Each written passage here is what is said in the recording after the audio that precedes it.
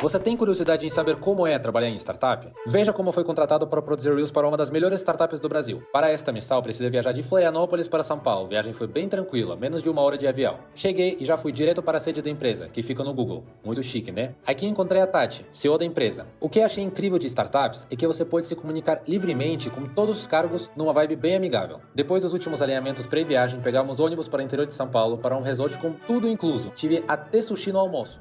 Ao longo dos 3 dias que passei com o time, aprendi muito. E eles tiveram várias dinâmicas de cultura, produtividade e gestão de carreira e foi tão legal que deu até vontade de trabalhar em startup. O tempo passou voando. A galera gritou, chorou, dançou, brindou, mas está na hora de voltar para Floripa. Trânsito em São Paulo nesse dia foi bem complicado e quase perdi o meu voo. Antes de ir para casa, passei numa loja de flores para comprar um presentinho para o meu amor Ariela. Fiquei com muitas saudades e fiquei muito feliz em voltar para casa. Se você gostou dessa aventura, deixa um foguinho.